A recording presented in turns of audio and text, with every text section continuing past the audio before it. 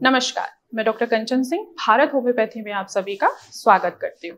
और आज के इस वीडियो में मैं आप सभी से बात करने वाली हूँ SGOT के बारे में। SGOT ये लीवर का एक एंजाइम है।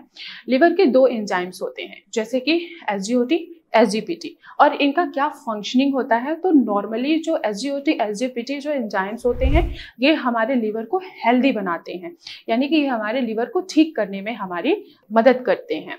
SGOT का एक और नाम है, उस नाम को हम क्या बोलते हैं, AST। इसको AST के नाम से भी जाना जाता है। ये क्या करती है, ये प्रमोट करता है, ये हमारे एंजाइम्स को, हमारे जो लीवर की फंक्शनिंग को इसको असिस्ट करता है, यानी कि हमारे लीवर में किसी तरीके की गड़बड़ी तो नहीं आई है, ये पता करने में ये एंजाइम हमारी मदद करता है। और साथ ही साथ SGOT ये भी हमें बताता है कि आपका लीवर डैमेज है या नहीं है।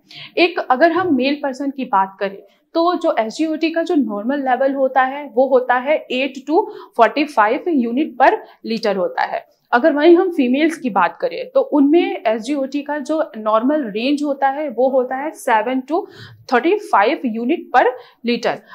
अगर ये एंजाइम्स का लेवल इससे ज़्यादा बढ़ा हुआ है तो क्या इंडिकेट करता है कि आपका लीवर जो है वो प्रॉपर तरीके से काम नहीं कर पा रहा है या लीवर आपका डैमेज होने के तरफ जा रहा है। ये इंडिकेट करता है कि कहीं आपको फैटी लीवर तो नहीं है। अगर आपका SGOT का लेवल अगर आपके ब्लड में बढ़ा हुआ है तो ये इंडिकेट करता है कि कहीं आपको हेपेटाइटिस तो नहीं है। वायरल हेपेटाइटिस भी हो सकता है, हेपेटाइटिस बी भी हो सकता है।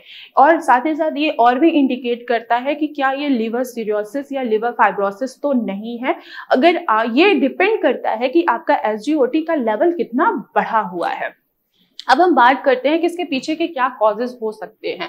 तो अब जाहिर सी बात है कि SGOT का जो लेवल बढ़ा हुआ है ये डिपेंड करता है ना कि किस वजह से है। जैसे कि अगर हार्ट पे या मस्कुलर इंजरी आई हुई है तो उसके वजह से भी आपके ब्लड में SGOT का लेवल बहुत ज्यादा बढ़ा हुआ मिलता है। इसके अलावा एक और कॉज है जैसे कि सर्टन मेडिकेशन। आप बहुत सारे ऐसे मेडिकेशन ले रहे हैं जिनका सेवन करने से भी आपके ब्लड में SGOT का लेवल बढ़ा हुआ मिलता है। अब हमें क्या करना है कि अगर SGOT का लेवल बढ़ा हुआ है तो हमें अपने लीवर को, उसकी फंक्शनिंग को बढ़ाने के लिए हमें हेल्दी डाइट लेनी है। हमें ऐसा कोई भी खाना नहीं खाना है जिससे हमारी लीवर की जो फंक्शनिंग है, लीवर के जो एंजाइम्स है वो और भी ज्यादा डिस्टर्ब हो। तो हमें कैसा खाना खाना है, हमें हेल्दी खाना खाना है। ऐसा खाना खाना है जिसमें एंटीऑक्सीडेंट से भरपूर हो हमारा फूड आइटम, या ऐसा खाना खाना है जिसमें एंटी इंफ्लेमेटरी प्रॉपर्टीज पाई जाती हो। जैसे कि हमारे जितने भी ग्रीन लीफी वेजिटेबल्स हैं, आप उनका सेवन करके आप अपने लीवर को हेल्दी बना सकते हैं। और साथ ही साथ जो आपका बढ़ता हुआ SGOT है उसके लेवल को भी आप कम कर सकते हैं। इसके अलावा जैसे हमारे बहुत सारे फ्रूट्स हैं, जैसे कि एप्पल हो गया, पपाया हो गया, इनमें क्या होता है, ये भी एंटीऑक्सीडेंट से भरपूर होते हैं और साथ ही साथ इनमें एंटी इंफ्लेमेटरी प्रॉपर्टीज भी पाई जाती है। आप इनका सेवन करके भी आप अपने SGOT के लेवल को कम कर सकते हैं। और जितने भी हमारे ड्राई फ्रूट्स हैं, जैसे कि काजू में क्या होता है, फैट पाया जाता है। 75% जो फैट होता है वो गुड फैट होता है। ये हमारे LDL कोलेस्ट्रॉल को बैलेंस करता है, यानी कि हमारे गुड कोलेस्ट्रॉल को बैलेंस करता है और बैड कोलेस्ट्रॉल को हमारे बॉडी में बढ़ने से रोकता है, जिससे हम कोलेस्ट्रॉल से सफर नहीं करते हैं।